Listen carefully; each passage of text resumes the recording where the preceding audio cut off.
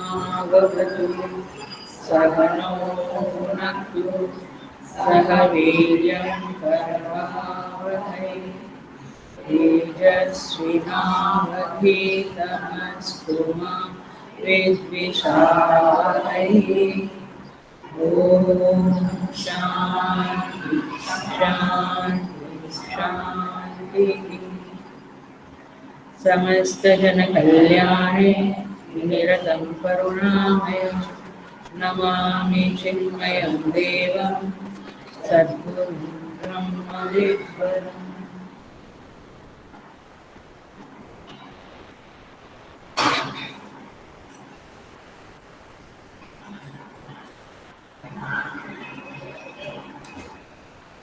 So, Hari Om everybody, and I welcome you all with great love and great respect in this Shweta Shweta Upanishad online satsang.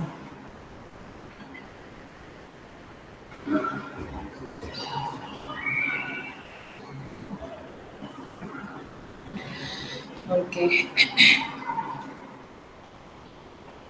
तो हम chant करेंगे मंत्रों का।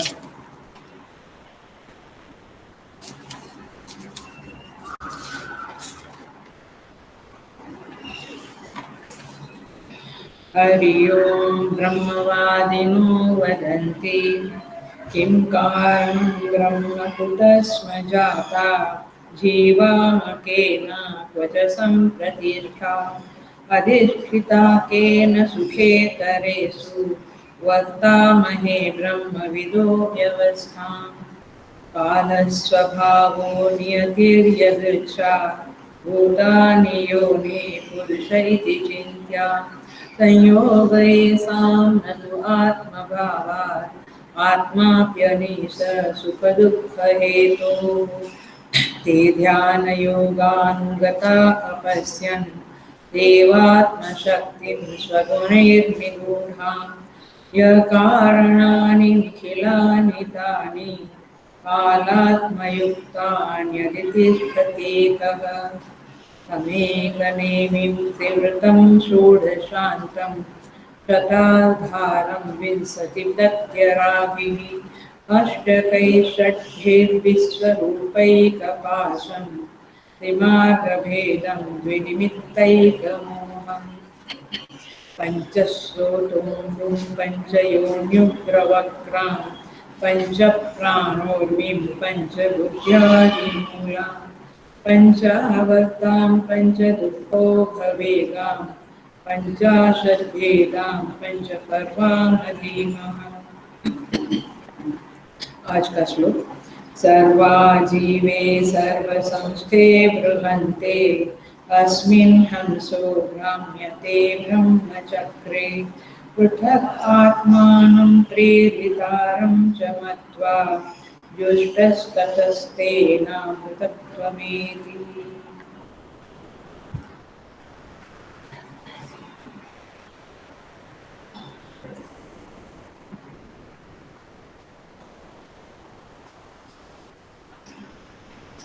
So,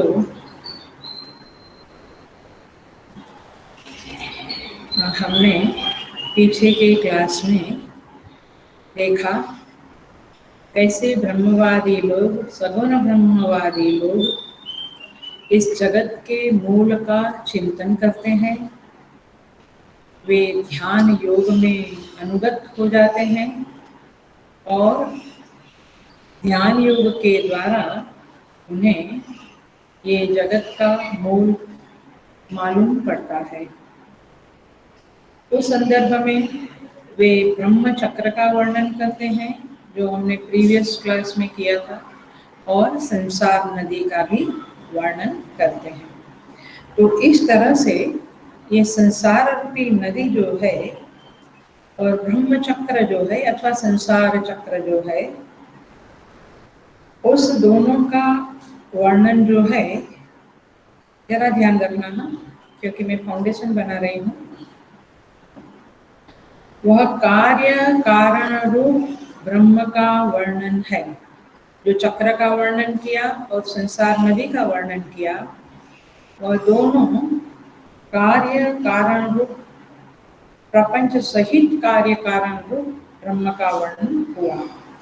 अब इस कार्य कारणात्मक ब्रह्म चक्र में किस हेतु से, किस कारण से जीव को संसार की प्राप्ति होती है और किस साधन से इस संसार से मोक्ष की प्राप्ति होती है, ये बताने के लिए आज का श्लोक है। मैं पुनः कहती हूँ, ब्रह्म चक्र और संसार चक्र ये क्या है? सगुण ब्रह्म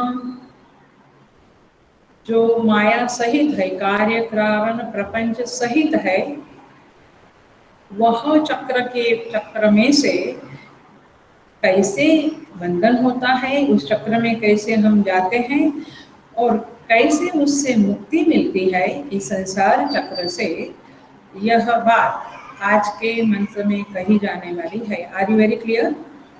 संसार का हेतु और संसार से मुक्ति, ये दो बात आज के क्लास में हम जानने वाले हैं। यहाँ कहते हैं, अब देखना जरा सा, हम ट्रांसलेशन करेंगे उस मंत्र का। यहाँ पे कहते हैं, संसार जीवे सर्वा जीवे सर्व संस्थे बृहन्ते अस्मिन् हंसो भ्राम्यते ब्रह्मचक्रे।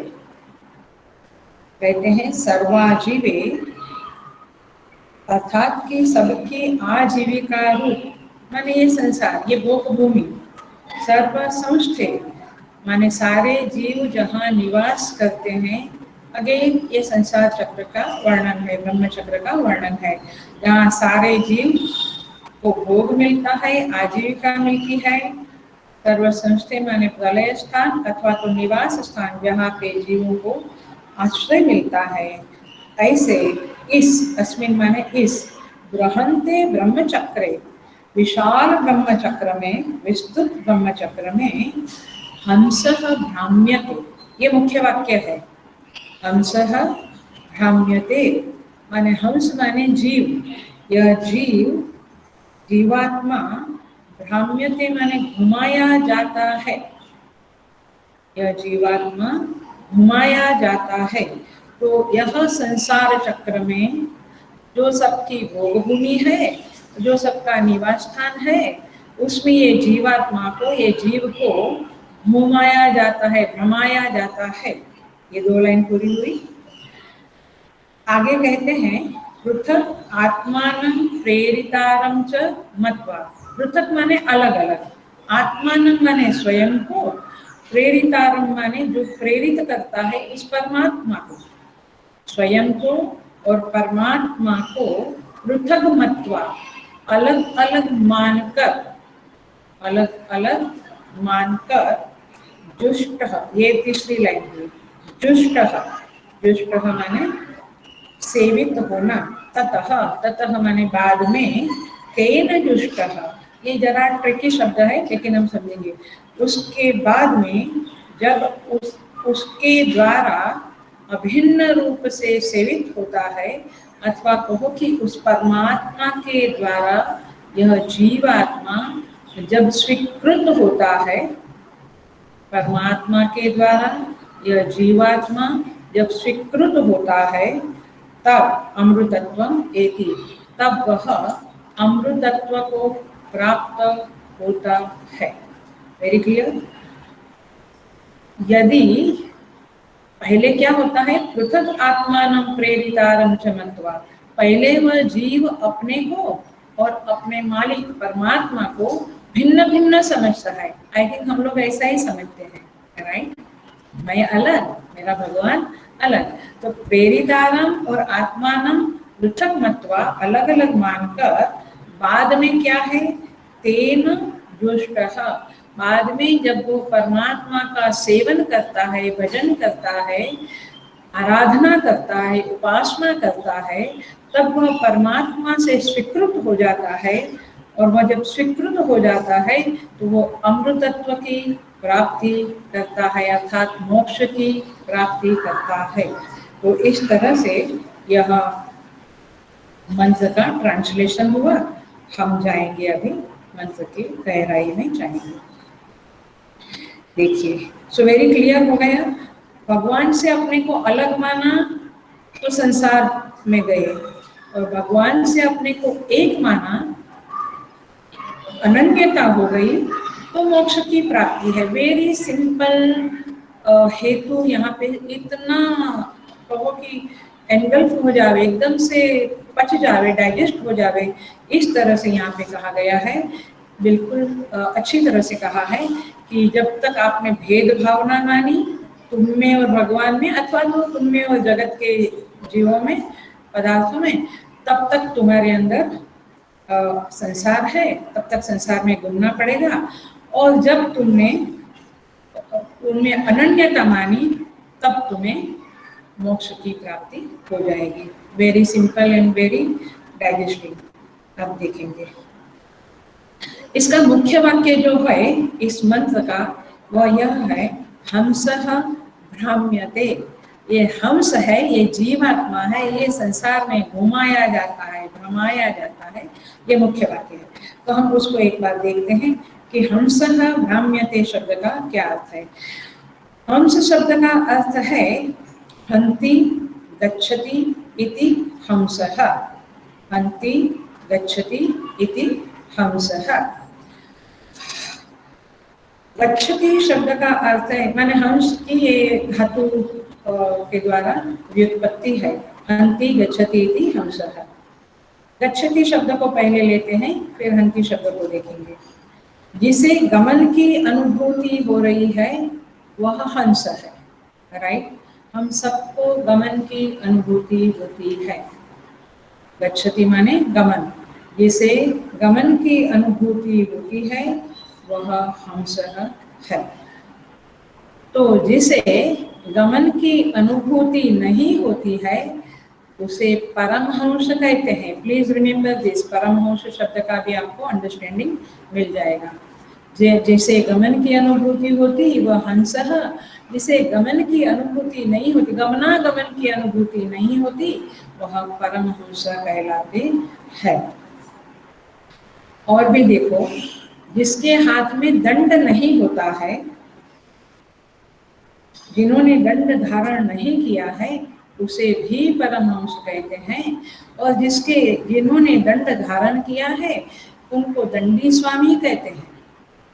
ये शब्द भी हम लोगों में फेमस है, दंडी स्वामी और परमहंस। तो दंडी स्वामी किसको कहते हैं? जिन्होंने दंड धारण किया है उसे दंडी स्वामी कहते हैं, और जिन्होंने दंड धारण नहीं किया उन्हें परमहंस कहते हैं। हंस शब्द का एक अर्थ हम सब जानते हैं कि निरक्षीर विवेक, दूध और पानी का जो विवेक करे, उनको दोनों को अलग अलग तरह से जो डिस्क्रिमिनेट करे उसे कहते हैं हंस। वैसे आत्मा अनात्मा का जो निरक्षीर की तरह विवेक करे उसे कहते हैं परमहंस, और जो आत्मा अनात्मा का विवेक नहीं करता है उसे कहते हैं हंस। हंस माने जीवात्मा। तो जीवात्मा के 3 लक्षण आपके सामने आया, गच्छति इति, दंड धारण करोति इति, और आत्मा अनात्मा का विवेक न करोति इति हंसः। और परमहंस से अलग हो गए। दूसरा अर्थ हम देखेंगे हंस शब्द का। तो हंसः माने, देखिए बड़ा सुंदर अर्थ है जीवात्मा का। कहते हैं जागृत के स्थूल कार्य कारण प्रपंच को जो नष्ट कर देता है और स्वप्न में चला जाता है। हंति माने नष्ट करना, हनन करना, नाश करना, नुकसान करना, हंति शब्द का अर्थ है। तो जो जागृत के कार्य कारण प्रपंच का नाश कर देता है और कहाँ चला जाता है? स्वप्न में चला जाता है, इसलिए उसका नाम पड़ा हंस है। पकड़ में आ रहा है कि मैं ऐसे ही बकबक कर रही हूँ? आ रहा है पकड़ में? जागृत में जो हमारी ये कार्य कारण की उपाधि है ना, इस उपाधि को जो छोड़ देता है, स्वप्न में आप क्या करते हो? कार्य कारण की उपाधि का आपको भान रहता है? नहीं है। तो कार्य कारण की उपाधि को आप छोड़ देते हो तो हंति शब्द वहां लागू पड़ता है। बाध करते हो, स्वप्न में चले जाते हो तो इति हंस। अच्छा, फिर स्वप्न प्रपंच में से आप कहाँ चले जाते हो कभी कभी? सुषुप्ति में। तो स्वप्न प्रपंच के सूक्ष्म कार्य कारण संघात का भी जो नाश कर दे, बाध कर दे, उसे भी तो हंस शब्द उससे भी पड़ता है। आगे चल के जब मृत्यु आती है तो ये स्थूल सूक्ष्म सभी कार्य कारण प्रपंच का जो नाश कर देता है, संघात को, माने स्थूल कार्य कारण संघात को नष्ट करके दूसरे शरीर में चले जाता है, इस शरीर को नष्ट कर देता है, वो हंस है। फिर जब प्रलय काल आता है तो प्रलय काल में क्या करते हैं?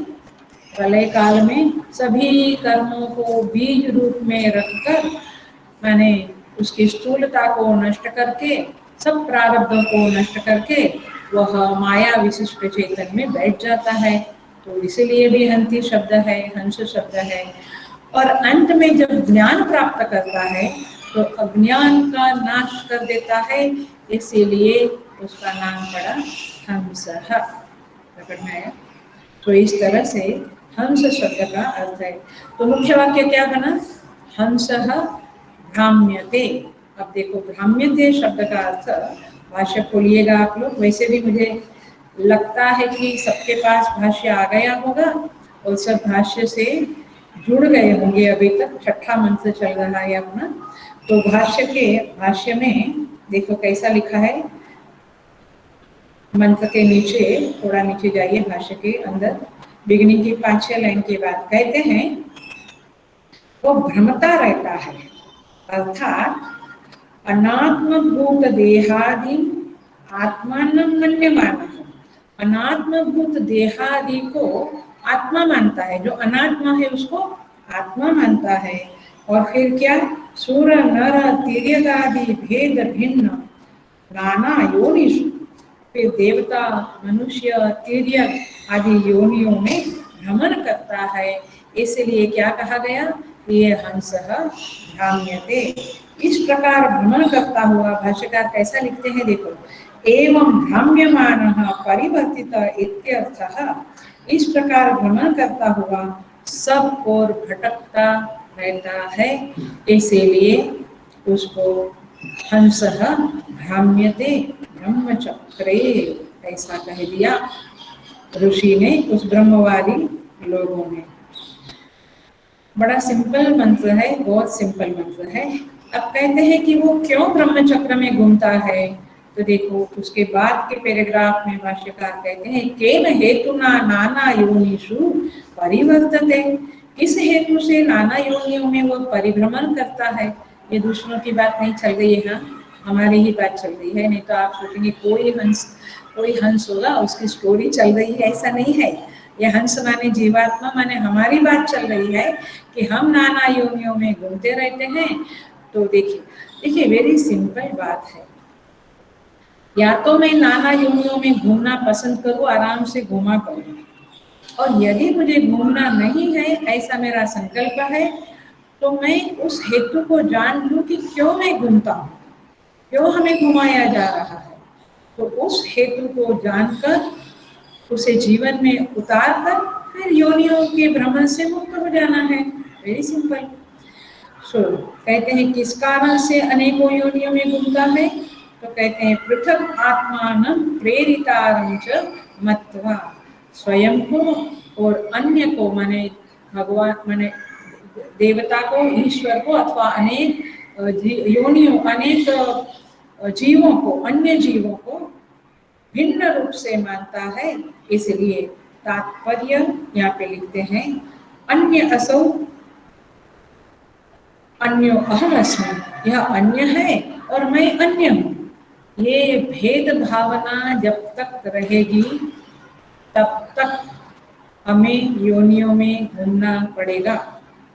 जब तक ये भेद भावना रहेगी तब तक हमें योनियों में, अनेक अनेक योनियों में घूमना पड़ेगा। इस प्रकार जीव और ईश्वर का भेद देखने से वह संसार में घूमता है। भाष्य में ही मैं आगे बढ़ती हूँ थोड़ी सी, फिर आगे से अगेन हम देखेंगे किस उपाय से वह मुक्त होता है। भाष्यकार पूछते हैं केन मुच्यते इति आह। नेक्स्ट पैराग्राफ मिल रहा है ना सबको? केन मुच्यते इति आह। दुष्टः सेवितः तेन ईश्वरेण चित् सदानंदा अद्वितीय ब्रह्म आत्मा आत्मनाहं ब्रह्म अस्मि इति समाधानं कृत्वा इत्यर्थः। उस ईश्वर से दुष्ट सेवित होने पर सच्चिदानंदमय ब्रह्म से अभिन्न ब्रह्म स्वरूप से मैं ब्रह्म हूँ ऐसा समाधान होने पर, ऐसा निधिध्यासन करने पर, समाधि लगाने पर माने निधिध्यासन करने पर, इस समाधि द्वारा ईश्वर का सेवन करने से वह मुक्त हो जाता है। सो इस तरह से यह जीवात्मा देखिए ब्रह्म चक्र में घूमता रहता है। सो ब्रह्म चक्र क्या है? तो ब्रह्म चक्र माने संसार चक्र। आप उसे संसार चक्र बोलो विथ रिस्पेक्ट टू उपाधि अथवा माया, और आप उसे ब्रह्म चक्र बोलो विथ रिस्पेक्ट टू चेतन। सो इस ब्रह्म चक्र जो सर्वाजीवे है, समस्त जीवों की आजीविका इसमें है, और समस्त जीव इसी ब्रह्म चक्र में अपना भोग प्राप्त करते हैं, इसलिए उसको कहा सर्वाजीवे। और सर्वसंस्थे क्यों कहा? क्योंकि सारे जीवों का यह आश्रय है। संसार चक्र सारे जीवों का आश्रय है। प्रपंच की उपाधि से युक्त जो ब्रह्म है वह निवास स्थान है। सारे जीव इसी में निवास करते हैं। देखिए तात्पर्य यह है कि दुष्ट से दुष्ट जीव भी इसी ब्रह्म चक्र में, संसार चक्र में निवास करता है सर्वसंस्थे, और सत्कर्मी जो है, शुद्ध जीवन युक्त है, सात्विक है, वह भी इसी संसार चक्र में रहता है। मतलब केवल बुढ़ी बुढ़ी लोगों का ये संसार नहीं है, केवल दुष्ट दुष्ट लोगों का संसार नहीं है, सभी प्रकार के लोगों को ये संसार चक्र अपना निवास स्थान बनाता है, देता है, आश्रय देता है। और सभी दुष्ट को अपना दुष्टता के अनुरूप भोग प्राप्त होता है, और सज्जन को, सत्कर्मी को अपने सत्कर्म के अनुसार भोग प्राप्त होता है। भोग माने आप रसगुल्ला और आइसक्रीम नहीं समझना, पिज्जा नहीं समझना। भोग का अर्थ होता है परिस्थितियां। प्लीज अगेन मैं बताती हूँ, भोग माने परिस्थितियां जो मिलती है, सत्कर्मी को अपने सत्कर्म के अनुसार मिलती है, दुष्ट को अपने दुष्ट कर्मों के अनुसार भोग मिलता है, माने परिस्थितियां मिलती है। कौन देता है? ये संसार चक्र में ये सब कुछ मिलता है, ये संसार चक्र देता है। तो इस तरह से देखिए, तो सब कुछ उपलब्ध है, इसलिए पूरे प्रपंच को ब्रह्म चक्र कहते हैं। अब मैं जो कहने जा रही हूँ वो थोड़ा सा अटेंशन देने वाली बात है। जगत कहना, जगत समझना यह आसान है और यह व्यावहारिक है। जगत को जगत कहना या जगत समझना आसान है और यह व्यावहारिक है, यह भौतिकवाद है। हम क्या समझते हैं कि हम बहुत मटीरियलिस्टिक नहीं है, क्योंकि हम बहुत मॉल में नहीं जाते, हम घूमते नहीं, हम ये नहीं करते, वो नहीं करते। हेलो, लेकिन आपका विजन क्या है? आपकी दृष्टि क्या है? आपके दिमाग में किस प्रकार की समझ है जगत के बारे में? तो सुन लीजिए, बहुत इंपॉर्टेंट पॉइंट बताने जा रही हूँ। जगत को जगत कहना समझना आसान है, व्यावहारिक है, भौतिकवाद है। और ऐसे लोग संसार चक्र बोलेंगे, उनके लिए ये संसार चक्र है। लेकिन जगत को विराट पुरुष का शरीर कहना अथवा विराट पुरुष का रूप कहना, समझना, यह आध्यात्मिक है, ये आसान नहीं है, ये आध्यात्मिक है, ये अध्यात्मवाद है। चेतन की प्रधानता से यह जगत को देखना, इसी को कहा था ईशावास्यम इदगम सर्वम, याद आता है ना? बस इतना ही फर्क है, लिटरल शिफ्टिंग है here to there, but it's a big shifting and big साधना इट रिक्वायर्स। सो जगत को विराट पुरुष समझना, कहना, यह अध्यात्मवाद है अथवा अध्यात्म है। ब्रह्म दृष्टि से, चेतन दृष्टि से जगत को देखना, तब जाके वो ब्रह्मचक्र कहलाएगा। गेटिंग? मैं कब से ब्रह्मचक्र, संसार चक्र दोनों बोलती हूँ, बट दोनों का फर्क समझ लो, तो मैं जनरल में बोल रही हूँ। बट देखिए और तरह से दिखाऊं, और तरह से हम समझेंगे। ये पॉइंट बहुत इम्पोर्टेंट, मुझे बहुत पसंद आया, इसलिए मैं इसको इम्पोर्टेंट दे रही हूँ, क्योंकि ये साधना का आप कहो तो केंद्र बिंदु है, अथवा साधना का मूल नस बोलते हैं ना, वो मूल नस दाबी, हम कहते हैं ना नस दबावी, वो मूल नस यहाँ पे पड़ी है, मूल शिफ्टिंग यहाँ पे पड़ी है, विजन यहाँ पे पड़ा है, केंद्र बिंदु यहाँ है साधना का। सो केवल पिंड को देखना ये भौतिकवाद है। पिंड माने शरीर, हम सारे शरीरों को, ये वृक्ष का शरीर है, ये मनुष्य का, ये पशु पक्षियों का शरीर है, ये शरीर को देखना, पिंड को देखना, ये भौतिकवाद हुआ। लेकिन इस पिंड को, हेलो ध्यान से सुनो, बी अटेंटिव, इस पिंड को पिंडाभिमानी के साथ देखना, पिंड के अभिमानी के साथ देखना, यह अध्यात्मवाद हुआ। पकड़ा आपने? हम मटीरियलिस्टिक है या स्पिरिचुअल है, इसकी क्लियर लिटमस टेस्ट हो गई। पिंड को ही देखना, केवल पिंड को देखना, ये भौतिकवाद हुआ। मुझे लगता है हम लोग लगभग पिंड को ही देखते हैं। पिंड को पिंडाभिमानी के साथ देखना, ये हुआ अध्यात्मवाद। अब देखो कैसे बोलती हूँ मैं। पिंड है क्योंकि पिंड का अभिमानी है, पिंड का अभिमानी नहीं है। पिंडाभिमानी माने आप जीवात्मा और अंतर्यामी दोनों आएगा पिंडाभिमानी में। पिंड का अभिमानी नहीं है तो पिंड नहीं रहेगा। पिंड का अभिमानी जब चला जाता है तो पिंड बिखर जाता है। तो पिंड कब है, क्यों है, पिंड का अस्तित्व किसको आभारी है, किसके ऊपर डिपेंडेंट है, पिंडाभिमानी के ऊपर डिपेंडेंट है। तो पिंडाभिमानी जाएगा तो पिंड बिखर जाएगा। पिंडाभिमानी के कारण पिंड है, लेकिन हम केवल पिंड को देखते हैं, पिंडाभिमानी को नहीं देखते हैं। इसी तरह से ये हुआ, ये दृष्टांत हुआ। अब मैं दाष्टांत बोल रही हूँ। दाष्टांत माने जिस सिद्धांत को समझाने के लिए दृष्टांत दिया जाता है उसे दाष्टांत कहते हैं। तो इस तरह से सिमिलरली केवल ब्रह्मांड को देखना, ब्रह्मांड को भी लोग नहीं देखते, ब्रह्मांड के एक छोटे से अंश को देखते रहते हैं जिंदगी भर। तो केवल ब्रह्मांड को देखना ये भौतिकवाद है। और ब्रह्मांड के साथ साथ ब्रह्मांड अभिमानी, ब्रह्मांड अभिमानी माने ब्रह्मांडाभिमानी माने जिसका समस्त ब्रह्मांड के साथ तादात्म्य है, अभिमान है। अभिमान माने ओनरशिप है। देखो अभिमान शब्द वेदांत में ओनरशिप के, तादात्म्य के संदर्भ में आता है। तो जिसको समस्त ब्रह्मांड के साथ तादात्म्य है, ओनरशिप है, मालिकी है, उस ब्रह्मांडाभिमानी को ब्रह्मांड के साथ साथ देखना ये अध्यात्मवाद। अब हम अध्यात्मवादी है या हम भौतिकवादी है, ये बड़ी सुंदर एनालिसिस की है स्वामी जी ने, जिनका ही मैं उच्छिष्ट बोल रही हूँ, स्वामी सुबोधानंद जी।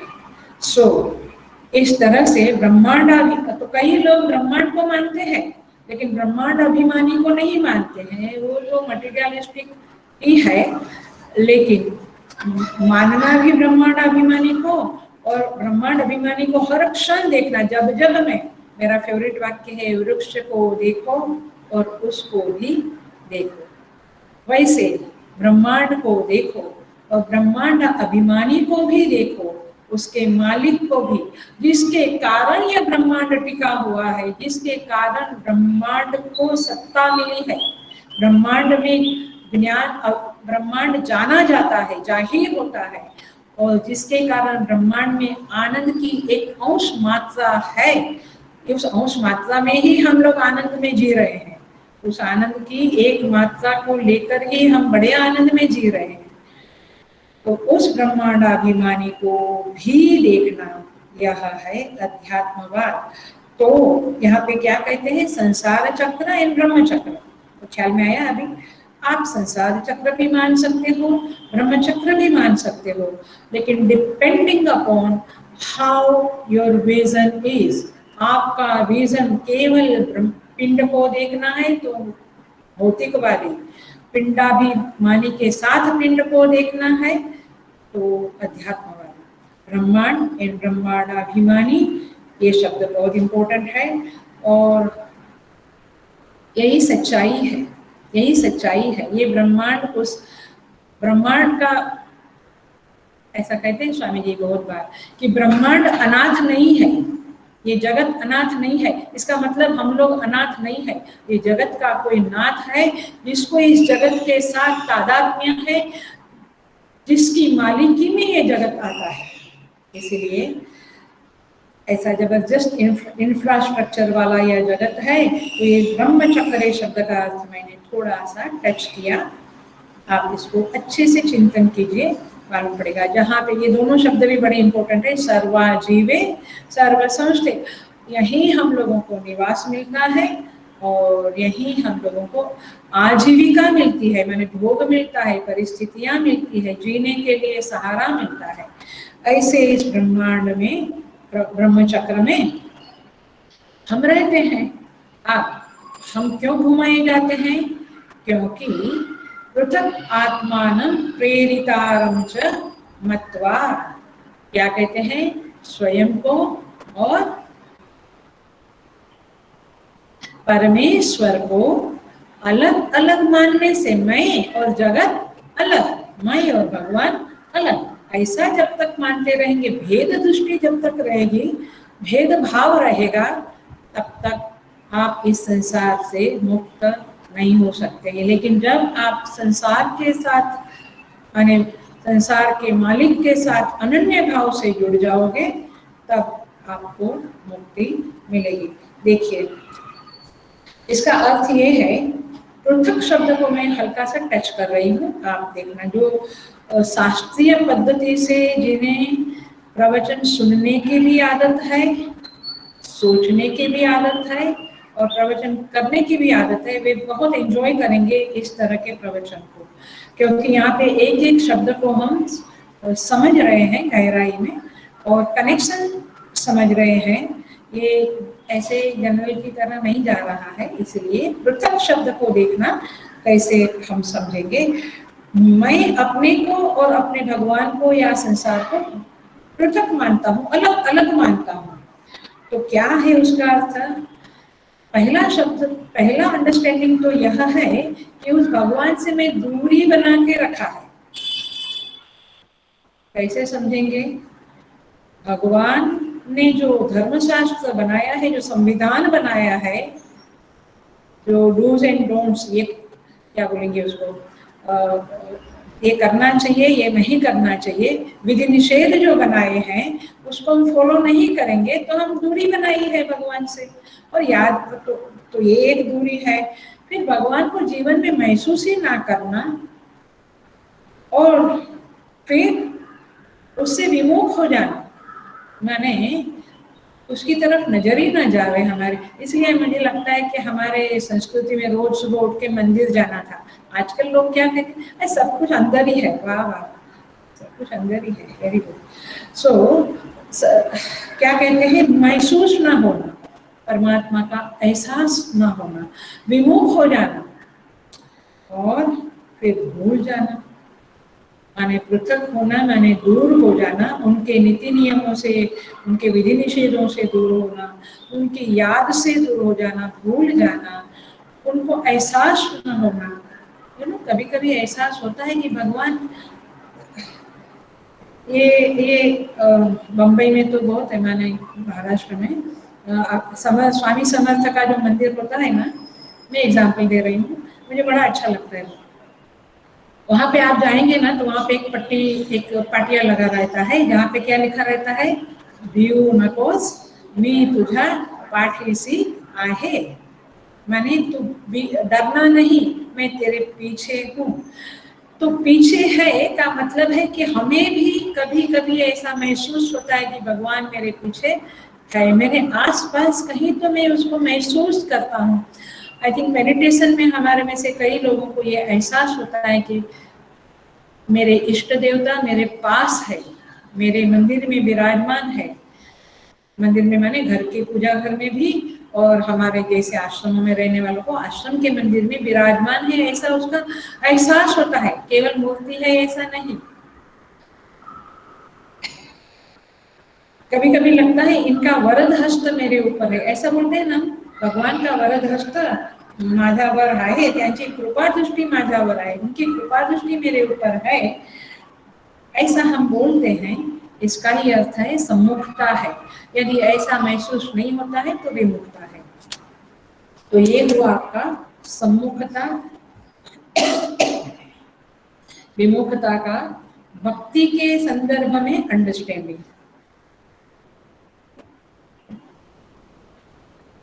अब हम थोड़ा सा वेदांत की दृष्टि से, क्योंकि वेदांती है तो वहां तो गए बिना चलेगा नहीं, वेदांत की दृष्टि से इसको हम समझेंगे हल्का सा, जरा सा।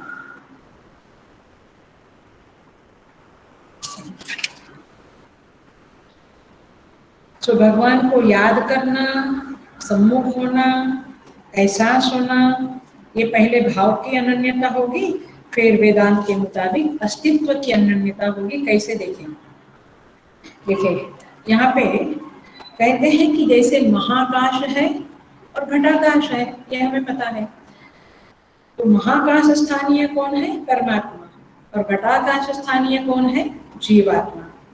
तो इस घटाकाश स्थानीय आत्मानम और महाकाश स्थानीय परमेश्वरम पृथक मत्वा, अलग अलग मानते हैं। लेकिन वेदांत क्या कहता है? वह तो आकाश तो एक ही है। उपाधि के संदर्भ में घटाकाश बोलते हैं और मठाकाश बोलते हैं, लेकिन यदि हम दोनों को अलग अलग समझे, मूलतः अलग अलग समझे, तो यह भ्रांति है, यह भ्रम है। सो कार्य कारण उपाधि से रहित इसी तरह से सच्चिदानंद ब्रह्म तो एक ही है, चाहे वो जीव की उपाधि वाला हो, चाहे वो माया की उपाधि वाला हो।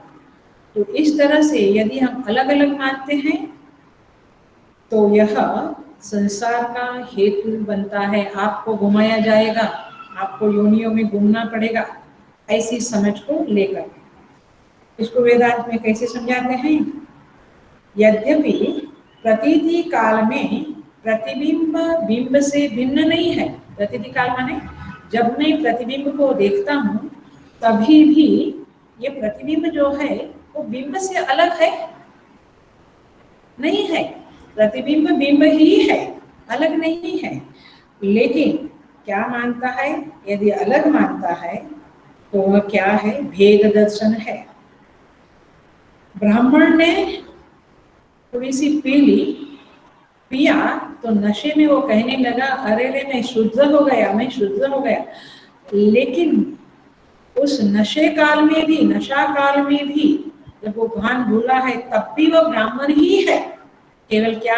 अपने को मानता है कि मैं शुद्ध हो गया। किसी को सिजोफ्रेनिया होता है तो कहता है मैं नेपोलियन हूँ, लेकिन वो होता है सामान्य आदमी ही। तो तात्पर्य यह है कि प्रतीति काल में भी, माने मैं आ जाती हूँ दाशप्रांत के ऊपर देखना, मेरी प्रतीति ये है कि मैं जीव हूँ, लेकिन इस भेद और वे परमात्मा समर्थ है, सर्वज्ञ है, सर्वशक्तिमान है, इत्यादि इत्यादि। तो भेद दर्शन काल में भी जीव ईश्वर से भिन्न नहीं है, क्योंकि जब उपाधि हटेगी तो दोनों चेतन ही है। तो इस तरह से यहाँ पे कहते हैं, ये वेदांत की दृष्टि से मैं बोला, क्या शब्द समझाया, पृथक आत्मानं प्रेरितारं च मत्वा, ये शब्द हमने समझा। हम जरा सा आगे जाके वेदांत की दृष्टि से ही तेन जुष्टः शब्द को समझते हैं। तेन जुष्ट माने उस परमात्मा के द्वारा वह सेवित होता है, माने परमात्मा उस जीवात्मा में अभिन्नता का अनुभूति होता है, माने वो एक्सपीरियंस होता है। सो इसको कैसे समझेंगे, ब्रह्म सूत्र वगैरह में अहम ग्रह उपासना बताई गई है। याद नहीं है कि मैंने ईसावासी में समझाई थी, बट आज नहीं समझेंगे, आगे थोड़ा करेंगे। बहुत सुंदर उपासना है और वेदांती लोग लगभग यही प्रकार की उपासनाएं करते हैं। सो ब्रह्मसूत्र में अहम ग्रह उपासना को प्रधान मानी गई है और वहां पे प्रतीक उपासना तुच्छ फल वाली कही जाती है। अब डिप्रेशन में नहीं जाना, क्योंकि प्रतीक उपासना करते हैं तो हमारे लेवल पे हमारी प्रतीक उपासना ठीक ही है। सो वहां पे क्या है, हल्का सा बता दो, डिटेल में हम फिर समझेंगे। ये जो प्रतीक उपासना में क्या है, जैसे एक मूर्ति है, उस पत्थर की या आरस मार्बल की मूर्ति को हम विष्णु मानते हैं, ओके, गणपति मानते हैं, तो उसमें हम देवता का आरोप करते हैं, राइट।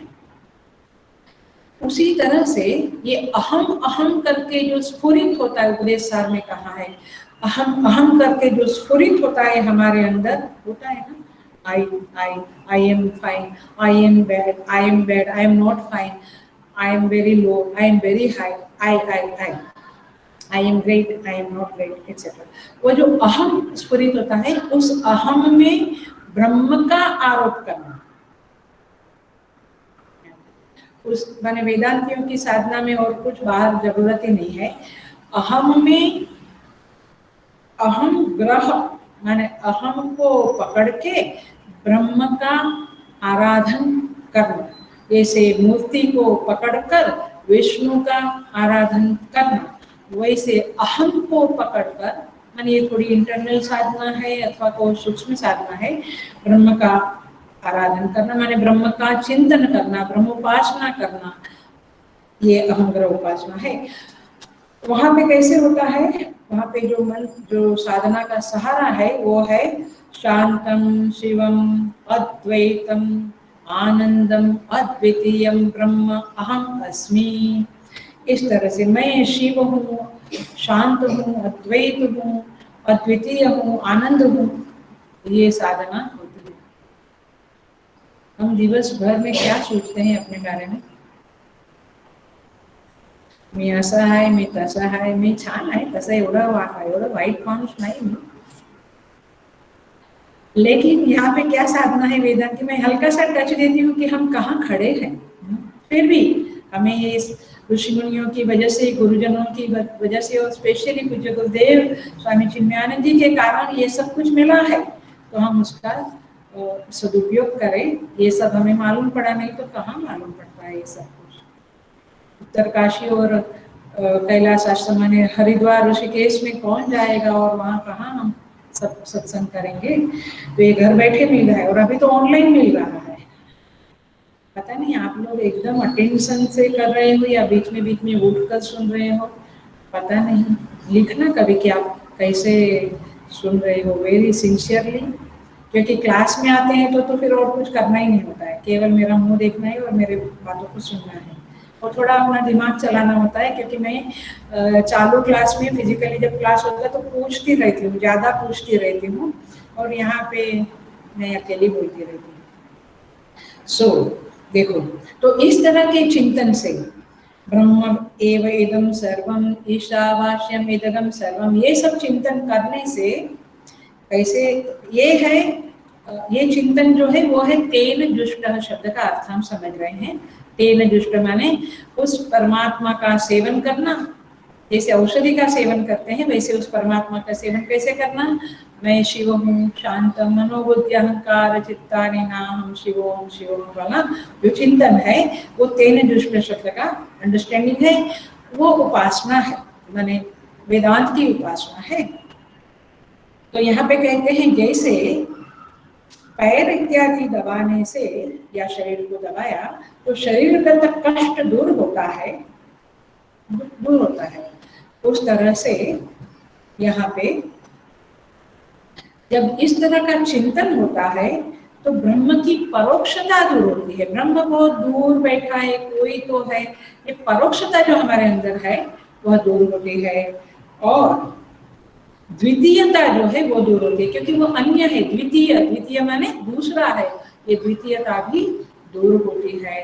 तो इस तरह से ये वेदांत के चिंतन से भी तेन दुष्प्रह होगा और भक्ति मार्ग में उनका एहसास होना, उनका नाम लेना, उनको याद करना, स्मृति करना, स्मरण करना, भजन करना, ये सब भक्ति भाव से तेन दुष्ट होगा और वेदांत में इस तरह से तेन दुष्ट होगा। तो इस तरह से दुष धातु है, तो कैसे उसकी व्युत्पत्ति है?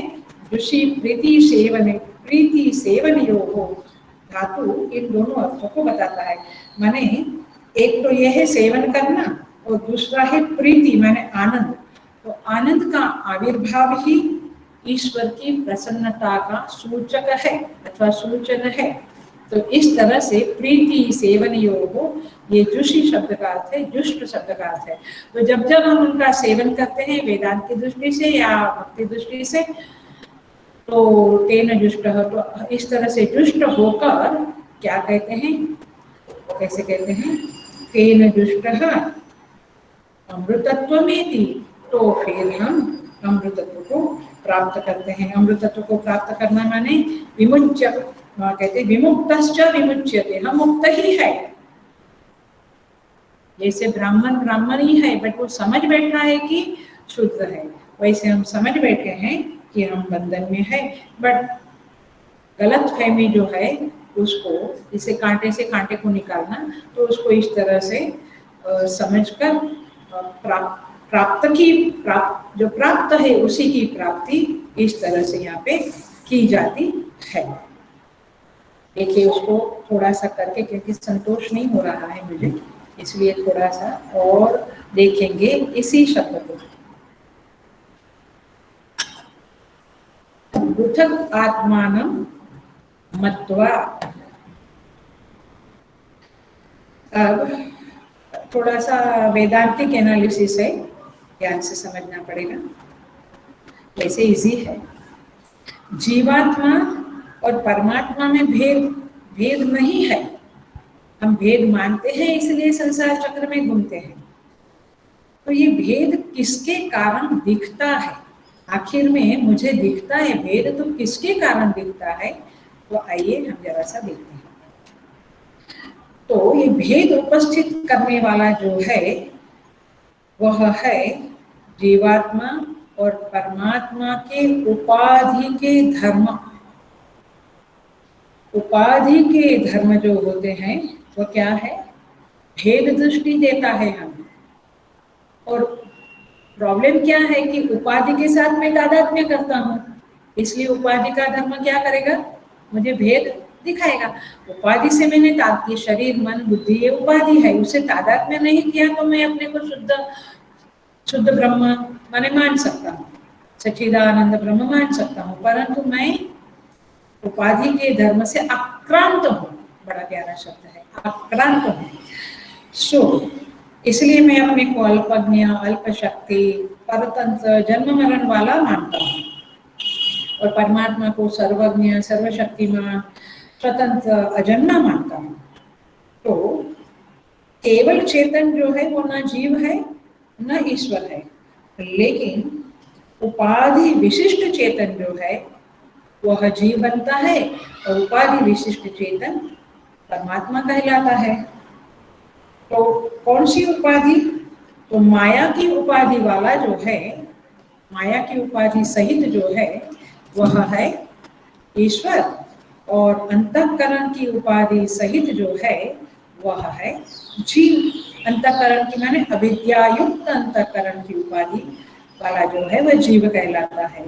बहुत सुंदर कहते हैं, तत्वोपदेश नाम का जो ग्रंथ है उसमें 19 नंबर के मंत्र में कहते हैं, कार्योपाधि अयम जीव, ये कार्य की उपाधि वाला जीव है। कार्य माने ये माया का जो कार्य है ना, पंचमहाभूत है, सब कुछ, शरीर, मन, बुद्धि, अहंकार, चित्त, अंतकरण, ये कार्योपाधि वाला अयम जीव, कारण उपाधि ईश्वर। कारण उपाधि क्या है? माया। माया की उपाधि वाला कौन है? ईश्वर। आखिर में है कौन? बेसिकली चेतन। वह चेतन ही, चैतन्य ही जब माया की उपाधि धारण लेता है, उपाधि वाला बनता है, तो ईश्वर कहलाता है।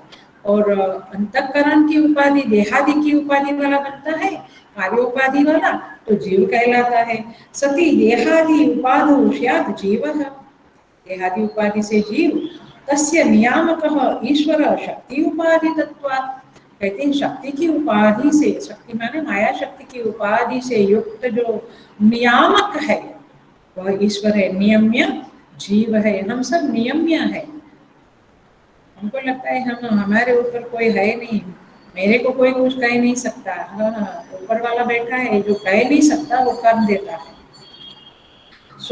तो ये उपाधि के कारण जीवात्मा माने आत्मानं प्रेरितानं च पृथक्मत्वा। तीसरी लाइन बोल रही हूँ मैं मंत्र की, इसलिए जब भी नेक्स्ट टाइम आओ ना, मंत्र थोड़ा बाय हार्ट करके आओ, ताकि मंत्र आपके चित्त में रहेगा, तो ये प्रवचन की शैली भी समझ में आएगी और you will enjoy actually, and you will understand more better, अच्छी तरह से समझ पाएंगे आप। तो आत्मानं प्रेरितानं पृथक्मत्वा, क्यों? क्योंकि उपाधि के कारण। उपाधि शब्द को भी वैसे सब लोग पुराने लोग हैं तो जानते हैं, बट एक रिफ्रेश कर लेते हैं हम लोग। उपाधि माने क्या? स्वयं के धर्म का दूसरों में आरोप करे, दूसरों में दिखावे अपने धर्म को, उसका नाम है उपाधि। समीपे स्थित्वा,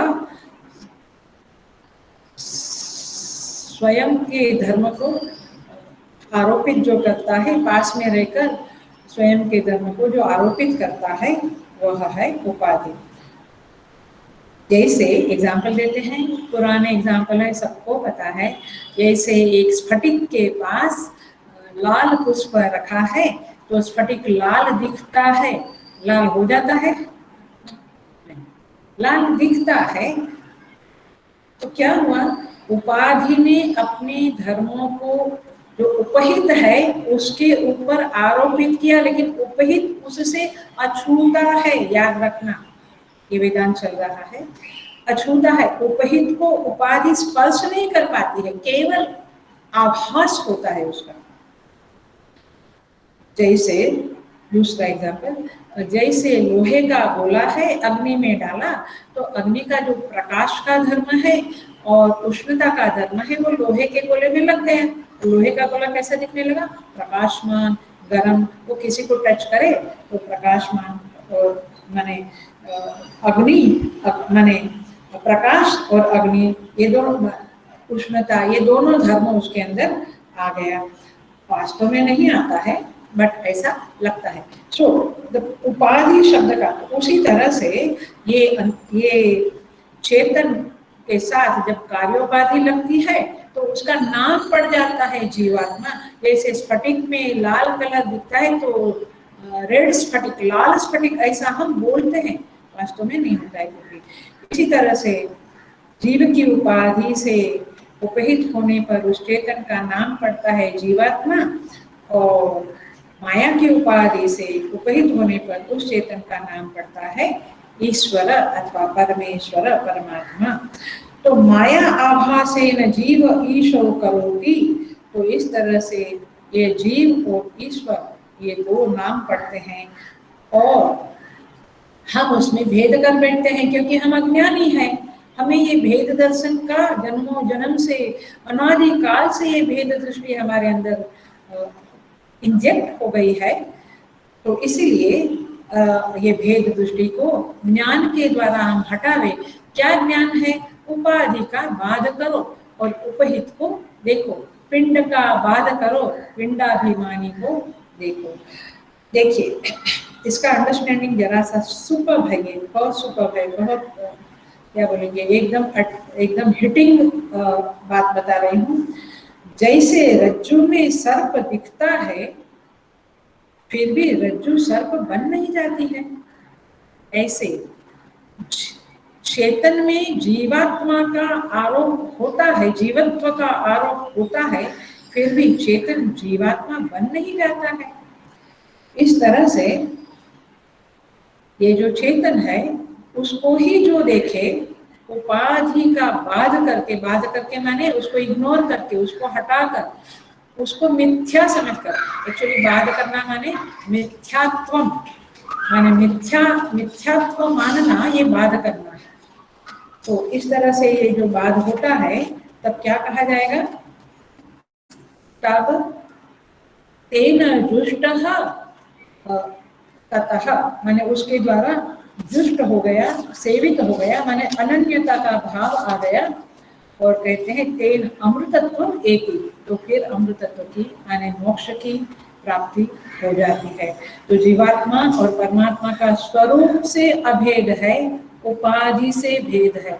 हमारी दृष्टि कहाँ जाती है उसके आधार पे, उपाधि पे दृष्टि है तो भ्रांति ज्ञान है, और यदि स्वरूप पे दृष्टि है तो रज्जु को जब रज्जु समझा तो फिर तेन दुष्ट हो गया, अमृतत्व की प्राप्ति हुई, और फिर भय और शोक की प्राप्ति नहीं होती है, और इसी को कहते हैं मोक्ष।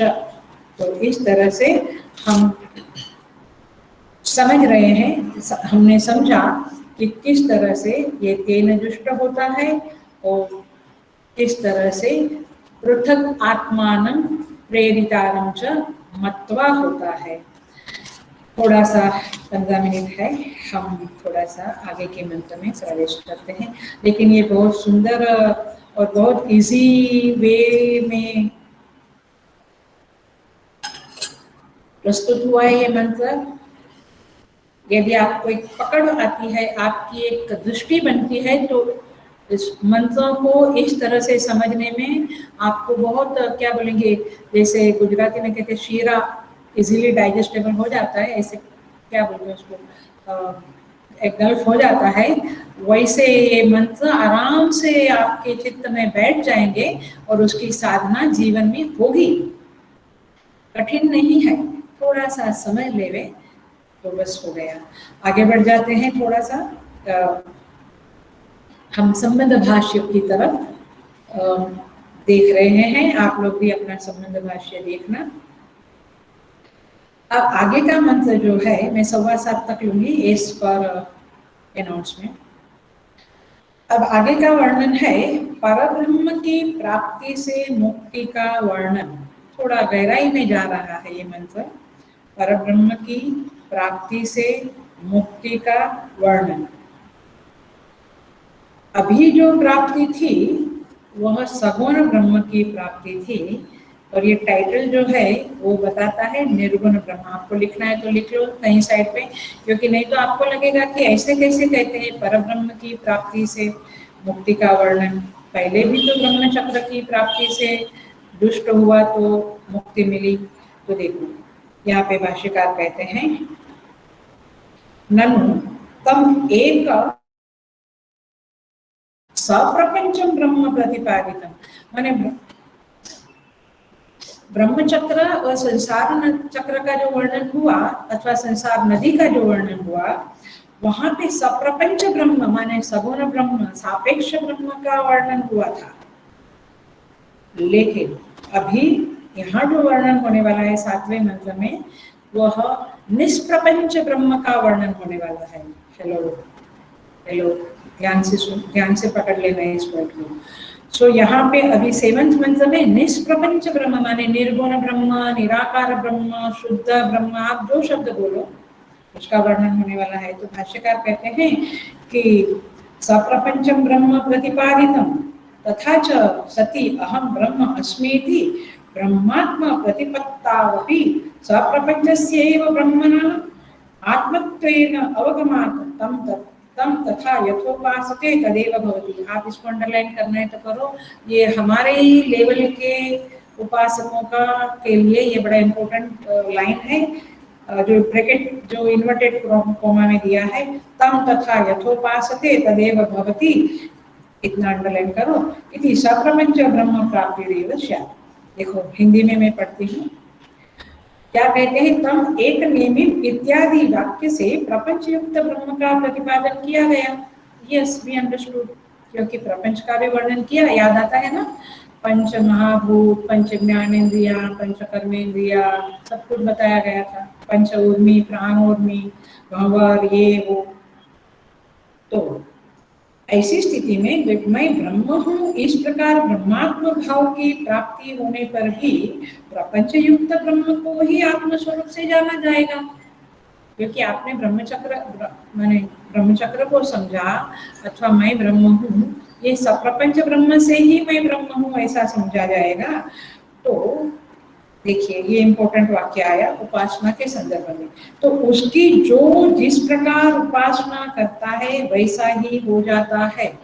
हम उस इष्ट देव को जिस तरह से देखें उस तरह से हमारा साधना में हम बन जाते हैं।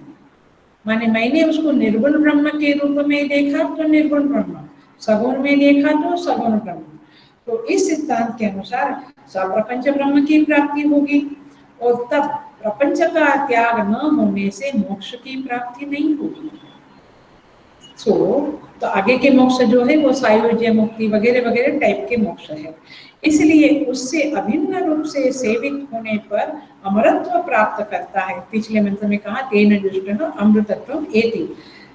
इस प्रकार जो मोक्ष का उपदेश किया है वो अनुपयुक्त है, माने उपयुक्त नहीं है, it's not a proper, it's not a right, ऐसी आशंका करके श्रुति कहती है। तो आपको संबंध भाष्य में पता चला कि अब श्रुति निष्प्रपंच ब्रह्म, निर्गुण ब्रह्म की बात करने जा रही है। अब तक श्रुति ने क्या करा था, सगुण ब्रह्म की बात करी थी। तो इस तरह से अब निर्गुण ब्रह्म की बात करने जा रही है। हम देखते हैं, उद्गीतम एतत् परमं तु ब्रह्म तस्मिन् त्रयं सुप्रतिष्ठाक्षरं च अत्रान्तरं ब्रह्मविदो विदित्वा लीना ब्रह्मणि तत्परायो निमुक्ताः। कहते हैं, देखिए इसका ट्रांसलेशन भी बड़ा सुंदर है, हम देखेंगे। मैं ईशादी नव उपनिषद वाली बुक से ज़्यादा प्रेफर किया है इस मंत्र का ट्रांसलेशन।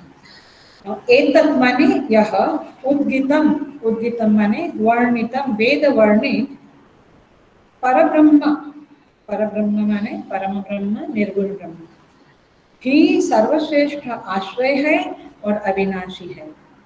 माने यह वेद वर्णित जो ब्रह्म है वही सर्वश्रेष्ठ आश्रय है और अविनाशी है। तस्मिन् त्रयम् माने उसमें तीन लोक स्थित है, सिंपल ट्रांसलेशन।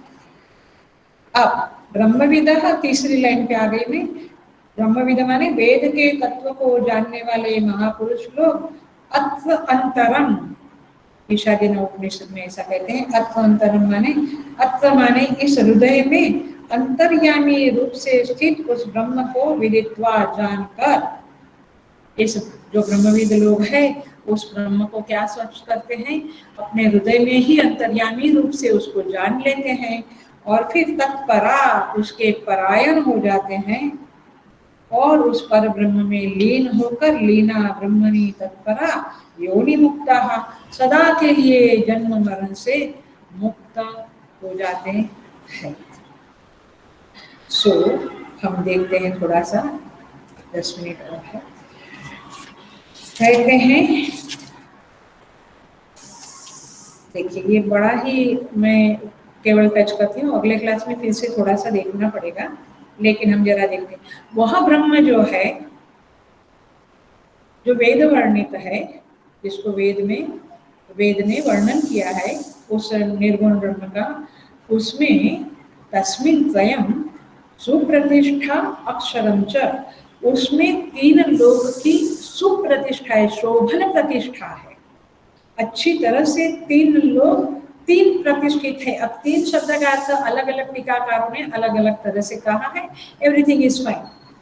सो यहाँ पे कहते हैं कि ये जो परमात्मा है उसमें तीनों की शोभन प्रतिष्ठा है। ये एक सिंपल वाक्य बना। समझना पड़ेगा। जरा सा मैं आगे जाके जरा सूक्ष्म हो जाएगा ये समझना पड़ेगा। कहते हैं क्या तीनों की प्रतिष्ठा है, तो कहते हैं वो परमात्मा में जागृत स्वप्न सुषुप्ति की प्रतिष्ठा है। कौन सा परमात्मा की बात चल रही है, कौन से ब्रह्म की? निर्गुण ब्रह्म की बात चल रही है। आप विजुअलाइज करना, आप चिंतन साथ साथ में करते रहना मेरे साथ। उस पर ब्रह्म में विश्व तेजस प्राज्ञ की प्रतिष्ठा है, 3 हो गए। उस पर ब्रह्म में विराट हिरण्यगर्भ ईश्वर की प्रतिष्ठा है। भोक्ता भोग्य भोगवृत्ति की प्रतिष्ठा है। जितना त्रिपुटी है, ज्ञाता ज्ञान ज्ञेय की प्रतिष्ठा, जितनी त्रिपुटी है आप ले लो, तो उस निर्गुण ब्रह्म में इनकी प्रतिष्ठा है। माने विराट हिरण्यगर्भ और ईश्वर, तो उसकी भी प्रतिष्ठा इसमें है। अब थोड़ा पकड़ में आया, ये गहराई में गया। उस निर्गुण ब्रह्म में विराट पुरुष हिरण्यगर्भ और ईश्वर की भी प्रतिष्ठा है। प्रतिष्ठा माने वे उसमें स्थित है। किसमें? निर्गुण ब्रह्म। गुड। सो तो मतलब अब जरा सा आते हैं,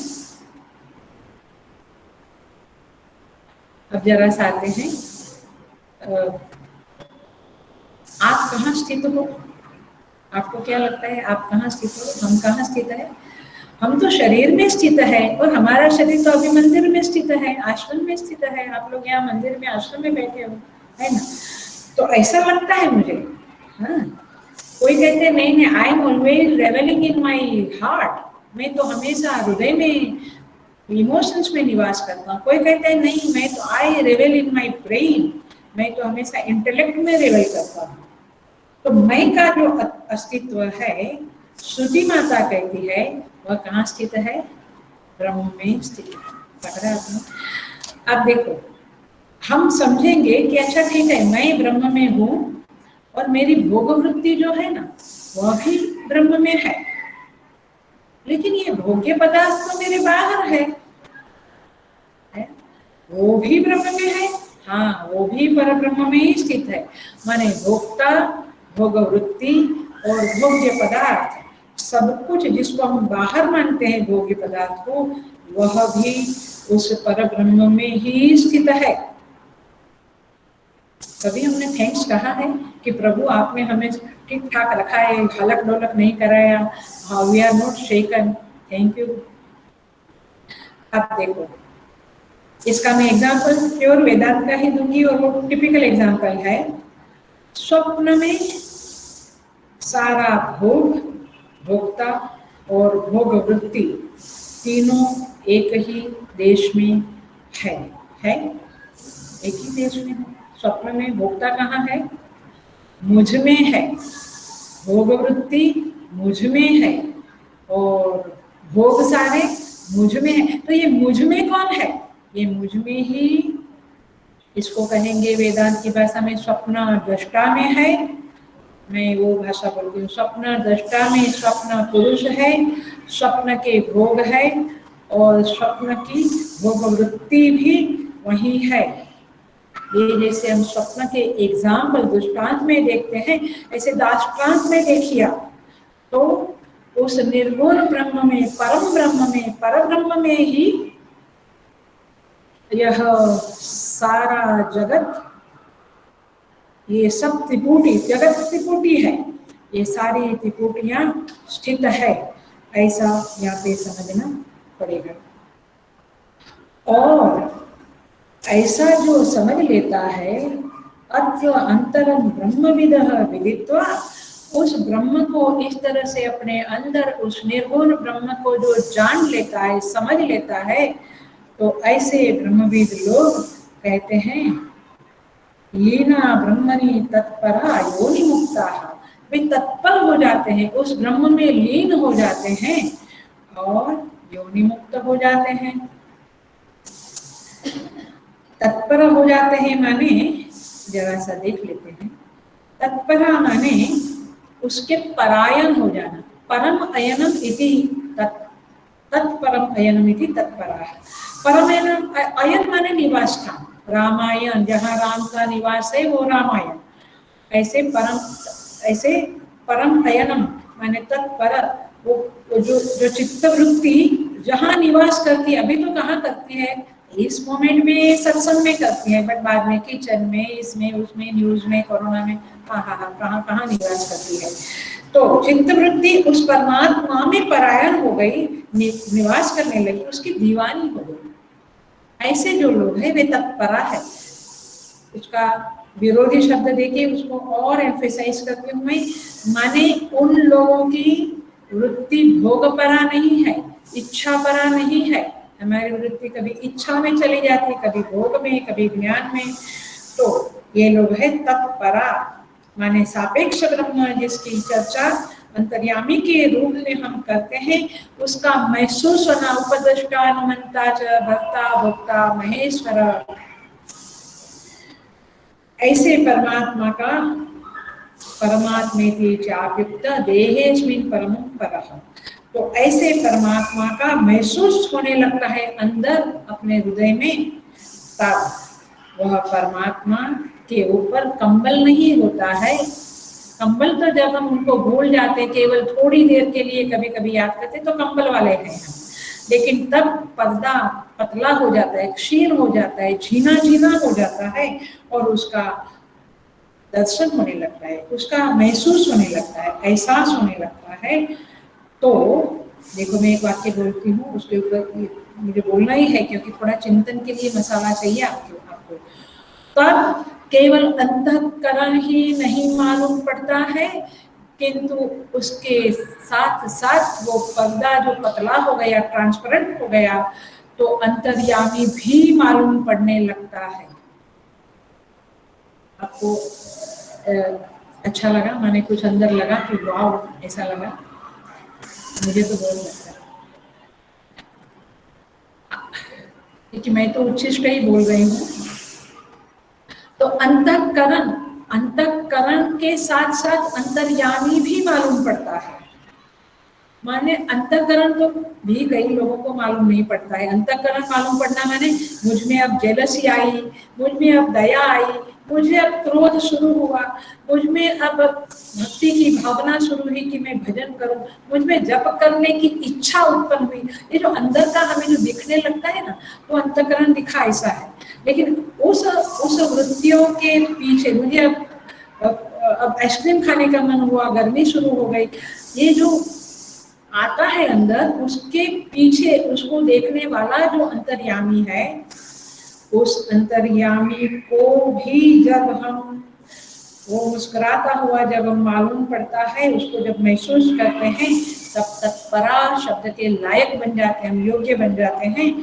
और इसी की ऐसा व्यक्ति, ऐसा साधक, फिर वे प्रभु ऐसा नहीं बोलता है, तब क्या बोलता है, आप त्वम शब्द से भगवान को कहते हैं, दासो अस्मि अहम, मैं आपका दास हूँ। वे हैं और उनको मैं भजता हूँ, नहीं, मैं तुमको, तुम शब्द बोलना शुरू करता है।